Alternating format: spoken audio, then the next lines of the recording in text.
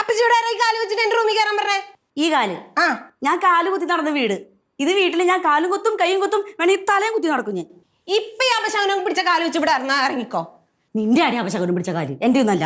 അപ്പച്ചിയുടെ ഈ കാല് വെച്ച് കയറിയോണ്ടാണ് എന്റെ അച്ഛൻ ഈ പണി കിട്ടിയത്. നിന്റെ അച്ഛന് പണി കിട്ടിയതേ നിന്റെ അച്ഛന്റെ കയ്യിൽ പോണ്ട, എന്റെ കയ്യിൽ പോണ്ടല്ല. അപ്പൊ ആ മോട്ടർ ഇതാരുടെ കയ്യിൽ പോണ്ടാ? മോട്ടർ അതെന്റെ അപ്പൂപ്പന്റെ കാലത്തുള്ള മോട്ടറാ. അത് കേടായില്ലെങ്കിൽ അത്ഭുതമുള്ളൂ. ഇത്രയും കാലമായിട്ടും കേടാവാത്ത മോട്ടർ അപ്പച്ചിയുടെ കാല് കുത്തിയപ്പോ കേടായി. എന്റെ പൊന്നപ്പച്ചി നമിച്ചു. എടി ഇനി എന്റെ കാലിനെ പറ്റി നീ കുറ്റം പറഞ്ഞാൽ നിന്റെ കാല് ഞാൻ അടിച്ചു പൊട്ടിക്കും. എന്റെ കാലം അടിച്ചു പൊട്ടിക്കണേ അച്ഛമ്മയുടെ കാലം അടിച്ചു പൊട്ടിക്കും. അമ്മയുടെ കാലം ഞാൻ അടിച്ചു പൊട്ടിക്കണത് അച്ഛമ്മയാണ് ആദ്യം പറഞ്ഞോണ്ടിരുന്നത്. അപ്പച്ചിയുടെ കാലാണ് അപശകനം പിടിച്ച കാലിന്. ആ മോട്ടർ നന്നാക്കാൻ വരുന്ന അയാളോടൊക്കെ പറഞ്ഞു. മോട്ടർ നന്നാക്കാൻ വന്ന അയാളോട് പറഞ്ഞു. ആ മോട്ടർ നന്നാക്കാൻ ആള് വന്നല്ല. ഇനിയിപ്പോ എന്താണ്, വെള്ളം കിട്ടൂലേ? ഇനി ആ മോട്ടർ കേടാവും, അല്ലെ നന്നാക്കാൻ പറ്റൂല. പുതിയ മോട്ടർ മേടിക്കേണ്ടി വരും. നഷ്ടം. എന്റെ കാലേ നിങ്ങൾ കുറ്റം പറഞ്ഞത്. എന്റെ കൈ കൊണ്ട് ഞാൻ മോട്ടർ നന്നാക്കും. പരിപാടിക്ക് അറിയും. ഞാൻ നന്നാക്കൂടി മോട്ടർ.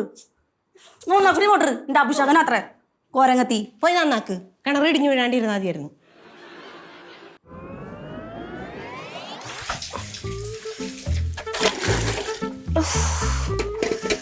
പൊന്നോ, ഈ മോട്ടറിന് കേടാൻ പറ്റിയ സമയം കോരി നടു ഒടിഞ്ഞ്. കൃഷ്ണേ, ഇത് രണ്ടിലും കൂടെ കോരിക്കേ.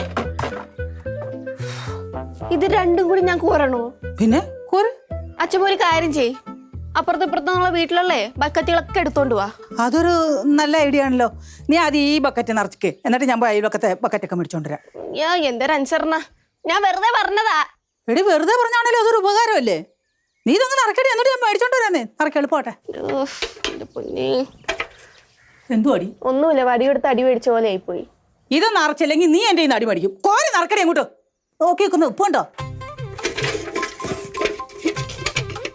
അച്ഛമ്മ ആയിപ്പോയി. അല്ലെങ്കിൽ നീ ഇവനെ അങ്ങോട്ട് മലത്തി കെട്ടിയിട്ട് ഒന്ന് പോയി വരാം. ഞാൻ ഈ വെള്ളം എടുക്കുക, നീ നിറച്ചോ. ഇതെന്താണിത്? ഞാൻ വെള്ളം കോരി വേണം അച്ഛമ്മ എടുത്തോണ്ട് പോവുകയും ചെയ്യും. എടി നീ കോരിക്കോടി, പിന്നെ എനിക്ക് എടുക്കണ്ടേ വെള്ളം ആവശ്യത്തിന്? രണ്ടും നിറക്കി. അമ്മേ എന്തോ അടി, നീ എല്ലാം നശിപ്പിക്കാനാണോ ഇങ്ങോട്ട് കട്ടെഴുന്നോളൂ വന്നത്? ഞാനല്ലോ നശിപ്പിച്ചത്, അമ്മയുടെ കയ്യിൽ നിന്നല്ല ബക്കറ്റ് വീണത്. അച്ഛമ്മ, ഇനി ആ ബക്കറ്റിലെ വെള്ളം ഞാൻ നിറക്കത്തില്ലട്ടാ. നീ നിറക്കണ്ടേ മക്കളെ, ഇതാ ഇവിടെ കൊണ്ട് നിറപ്പിക്കാം. ഞാൻ വെള്ളം നിറച്ചോളാം, പക്ഷെ ഞാൻ വെള്ളം കോരൂല. മോട്ടർ ഞാൻ നന്നാക്കൂ. നീ മോട്ടർ ഒന്നും നന്നാക്കണ്ട കേട്ടോ. ഞാൻ മോട്ടർ നന്നാക്കൂടി. മോട്ടറല്ല, മോട്ടോർ സൈക്കിൾ വരെ ഞാൻ നന്നാക്കും. എവിടെയാണ് മോട്ടോർ സൈക്കിൾ? മോട്ടർ എവിടെയാണ്? മറ്റേ വർക്ക് ഏരിയയിലാണ്ട് ഇരിപ്പുണ്ടാവും.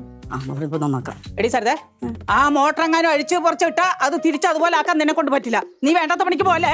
അമ്മേ, യൂട്യൂബിൽ നോക്കി ഞാൻ ശരിയാക്കിയിട്ടുണ്ട്. എത്ര സാധനങ്ങൾ ഞാൻ ശരിയാക്കിണ്ടെന്ന് അറിയാമോ? ഞാൻ നന്നാക്കട്ടെ. വേണ്ട, നീ നന്നാക്കണ്ട, പോണ്ട. ഞാൻ പോവും. എവിടെയാണ് മോട്ടോർ സൈക്കിള്? വർക്ക് ഏരിയ ഇരിപ്പുണ്ട്. വർക്ക് ഏരിയയിൽ എടി സരിതേ, പോരുതെന്ന്. ഡി, ഈ വെള്ളം എല്ലാം പെട്ടെന്ന് നിറച്ചു വെച്ചോണം. ഇതും പിടിച്ച് ഇങ്ങനെ നിൽക്കാനല്ല പറഞ്ഞ, കോരി അങ്ങോട്ട് ഒഴിക്കാൻ. എന്ത് സുഖം, കൊച്ചുമക്കൾ ഉണ്ടായതുകൊണ്ട്. നിനക്കൊക്കെ ആരോഗ്യം ഉണ്ടല്ലോ. നിനക്ക് വെറുതെ ഞാൻ പറയുന്നത് എന്തെങ്കിലുമൊക്കെ പണിയെടുക്കണം. അച്ഛമ്മയ്ക്ക് ആരോഗ്യം ഇല്ലേ? എനിക്ക് ആരോഗ്യമുള്ള കാലത്ത് ഞാൻ എല്ലാം ചെയ്താ. വേണമെങ്കിൽ അങ്ങോട്ട് കോരിക്കോടി ഉണ്ടില്ലേ, ഒന്നി കെട്ടി നിന്നാ മതിയല്ലോ.